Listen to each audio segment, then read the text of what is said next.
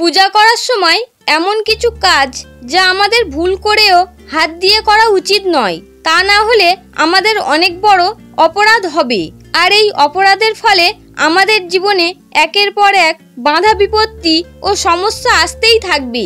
এই বিষয়ে মা সারদা দেবী একটি অনেক সুন্দর কথা বলেছেন এবং সেই কথাটি এই ভিডিওতে তুলে ধরতে চলেছি। নমস্কার বন্ধুরা, ঈশ্বর ভক্তি চ্যানেলে আপনাদের সকলকে স্বাগত জানাই। আজকের ভিডিওতে আমরা জানবো যে যারা আধ্যাত্মিক জগতের মধ্যে আছেন এবং যারা আমাদের মতো সাধারণ মানুষ, তারা প্রতিদিন বাড়িতে নিত্য পূজাপাঠ করি, বিভিন্ন দেবদেবীর বন্দনা করি, আরাধনা করি, তাদের কোনো বিশেষ সতর্কতা আছে যা অবশ্যই মেনে চলা উচিত এবং সেটিই আমরা আজকের ভিডিওতে আলোচনা করব। এই সতর্কতা কি তা জানার আগে আপনারা যারা এই চ্যানেলে নতুন, তারা অবশ্যই চ্যানেলটি সাবস্ক্রাইব করে নেবেন এবং বেল বাটনে প্রেস করে নেবেন এই রকম আরও অনেক নতুন ভিডিও দেখার জন্য। ভিডিওটি দেখে যদি ভালো লাগে তাহলে অবশ্যই একটি লাইক করবেন এবং কমেন্টে জয় মা সারদা দেবী বা জয় শ্রী রামকৃষ্ণ পরমহংসদেব লিখতে ভুলবেন না। এবার চলুন ভিডিওটি শুরু করা যাক। বন্ধুরা, ঈশ্বর আমাদের কৃপা করে, দয়া করে, অনুগ্রহ করে দুটি সুন্দর চোখ দিয়েছেন, বর্ণ দিয়েছেন, অতীব সুন্দর দুটি হাত দিয়েছেন, জিহ্বা দিয়েছেন, পা দিয়েছেন। ঈশ্বর আমাদের যে সুন্দর অঙ্গগুলি দিয়েছেন, এই অঙ্গগুলির প্রধান কাজ কি আমরা কি সেটা জানি? অনেকেই হয়তো সেটা জানি না, আবার অনেকে জেনে থাকলেও সত্যি অর্থে জীবনে সেগুলো অনেক গুরুত্ব আনে। ঈশ্বর আমাদের কেন দুটি চক্ষু দিয়েছেন? শুধু কি পৃথিবীতে যে প্রকৃতি আছে সেই প্রকৃতিকে উপভোগ করার জন্য? শুধুই কি এই বিশ্বটাকে দেখার জন্য?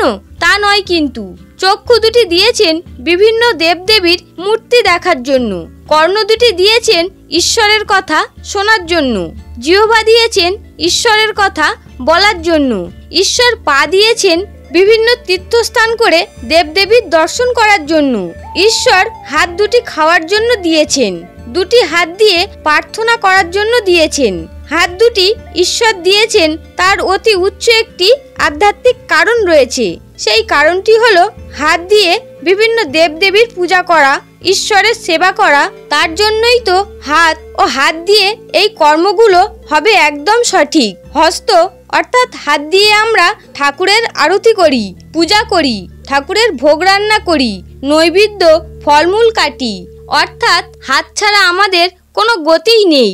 ঈশ্বর আমাদের হাত দিয়েছেন, যেখানে হাতের কাজের সর্বত্র সার্থকতা আমরা খুঁজে পাই। এই হাত অর্থাৎ হস্ত না থাকলে আমরা ঈশ্বরের পূজা ও সঠিকভাবে করতে পারতাম না। পূজা অর্চনা সম্পর্কে মা সারদা দেবী অনেক সুন্দর সুন্দর সব নির্দেশ দিয়েছেন। এই সকল নির্দেশগুলি নিয়ে আজকের এই ভিডিওটি। শ্রী শ্রী মা সারদা দেবীর কথা থেকে একজন ভক্তকে মা বলেছেন, পূজা করার সময় বিশেষ করে কোন বিষয়ে আমাদের গুরুত্ব দেওয়া উচিত। পূজা প্রসঙ্গে শ্রী শ্রী মা সারদা যে সকল বিষয়ে বিশেষ গুরুত্ব দিতেন সেটি হলো সুচিতা।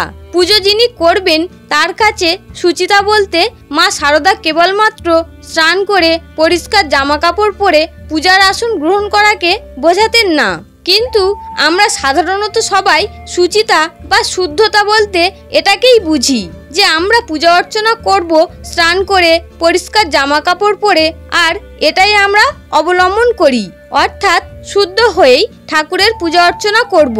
কিন্তু মা সারদা এই বিশেষ বিষয়টাকে সেভাবে গুরুত্ব দিতেন না।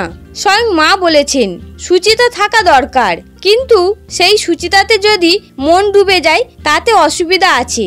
ফুলচন্দন নিবেদন করার পর সব শেষে নিজের আত্মনিবেদনে পূজা হয় সার্থক ও সফল। কি অসাধারণ কথা! আমরা স্নান করলাম, শুদ্ধ বস্ত্র পরলাম, দেবদেবীকে পুজো করে ফল মিষ্টি নিবেদন করলাম, ফুলচন্দন দিয়ে প্রদীপ জ্বালিয়ে ধূপ দেখালাম, আরতি করলাম, এখানেই শেষ কথা নয়। আমরা যেটা বেশিরভাগ মানুষই করি না, সেটা মা সারদা দেবী স্মরণ করিয়ে দিচ্ছেন। মা বলেছেন সব কিছু করো, স্নান করো, শুদ্ধ পোশাক পরিধান করো, ফুল বেলপাতা চন্দন দাও, আরতি করো, ভোগ দাও, সবই ঠিক আছে, কিন্তু পূজার শেষে আত্মনিবেদন করতে ঈশ্বরের কাছে ভুলে যেও না। কারণ সব কিছু করলে অথচ নিজেকে আত্মসমর্পণ করলে না ভগবানের কাছে, তাহলে সেই পূজা সার্থক ও সফল হবে না। মা সারদা দেবী এরপর বলেছেন, বাচ্য ও উপচার নিবেদনে হাত দুটি অপরিহার্য। হাতের ব্যবহারের কথা আগেও বলা হয়েছে, সুতরাং মা কিন্তু খুব সচেতন ও সাধারণ বাণী বলেছেন। মা বলেছেন দুটি হাতের গুরুত্ব অপরিসীম। তাই শ্রী শ্রী মা সারদা দেবী সতর্ক দৃষ্টি থাকতো হাত দুটি যেন কখনোই কোনো অবস্থাতেই ব্যবহারের অনুপযোগী না হয়ে যায়। মা সারদা বলতেন, সেবা করলেই কি হয় মা? সেবা যাতে অপরাধমূলক না হয় সেদিকেও লক্ষ্য রাখা চাই। পূজা ও পূজার কাজের সময় নিজের কোনো অঙ্গে, চুলে বা কাপড়ে যেন হাত না লেগে যায়। খুব যত্নের সঙ্গে ওইসব করা চাই। মা সারদা দেবী সাবধান করে দিয়েছেন, আমরা অনেকেই জ্ঞানে হোক বা অজ্ঞানে হোক পূজার সময় হাত দুটিকে শুধু পূজার কাজে ব্যবহার না করে বিভিন্ন অঙ্গ প্রত্যঙ্গে লাগাই, চুলে লাগাই, কাপড়ে লাগিয়ে ফেলি। মা বলেছেন এতে সেবা অপরাধ হয়। যে দেবদেবীর পূজা তুমি করছো এবং ওই হাত দুটির উপযুক্ত ব্যবহার যদি করতে না পারো তাহলে সেই সেবাও অপরাধ হয় এবং এই রকম অপরাধে মঙ্গলের থেকে অমঙ্গল বেশি হয়। তাই মা হাত দুটিকে পূজার ক্ষেত্রে খুব সচেতনভাবে ব্যবহার করতে বলেছেন। আমাদের হাত যেন পূজার সময় কখনোই আমাদের মাথার চুলে না যায়, কাপড়ে না ছোঁয়া লাগে, বিভিন্ন অঙ্গস্পর্শ না করে এবং সেটি হলে অপরাধ হবে, উল্টো ফল লাভ হবে।